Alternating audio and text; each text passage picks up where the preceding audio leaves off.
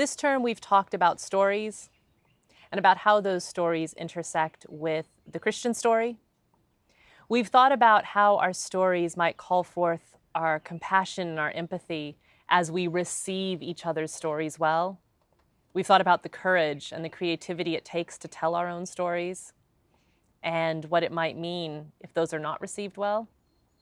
We've thought about what love looks like, all of the many ways it can go so very wrong, and the ways in which love can spill over and bless the world when it's true and it's good and it is kind. We've thought about wandering and about how, whether you are kicked out or called out of home, the road and that liminal space can be a space of surprise friendships and surprise goodness, surprise at the evil that we're capable of, surprise at the disappointed promises and losses that we face, and hopefully a space where we encounter God on the journey. We've thought about sacrifice and what it is not just to give up something, but to make something sacred. What it is to be bound in sacrifice.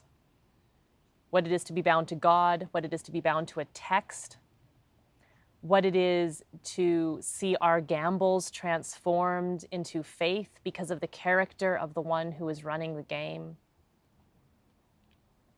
We have thought about what it is for things to be sacred. We've thought about lament.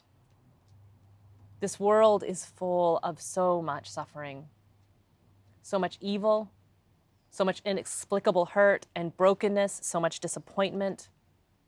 We've thought about the ways in which we need those cries of defiance and despair that articulate the darkness, because being able to articulate the darkness, to give word and voice and space to the darkness, somehow is a defying act, because it acknowledges that we know something else must exist. We know that there must be light.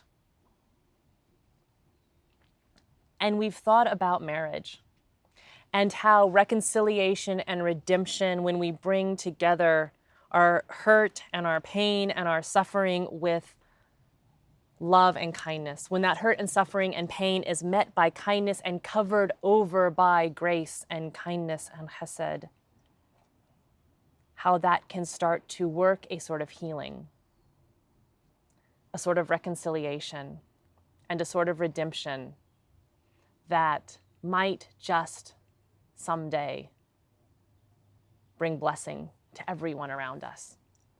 But we've also seen that that's not something that happens immediately. That sometimes, even as love calls out love and calls forth life, sometimes we have to step out in love before we trust it. Sometimes we have to step out and bring hesed, bring kindness into the world before we know if we can even trust it ourselves. And we've gotten a glimpse, hopefully, of the goodness of God, of a God who is characterized by love, of a God whose love calls forth the universe into being, a God whose love chooses people through whom he can show his goodness to everyone else, a God who has blessed the universe by the overflowing of love from that relationship that just keeps bringing more and more people in. We've gotten a glimpse of the goodness of a God who makes space for our hurt and our brokenness, who even wants to know our hurt and brokenness.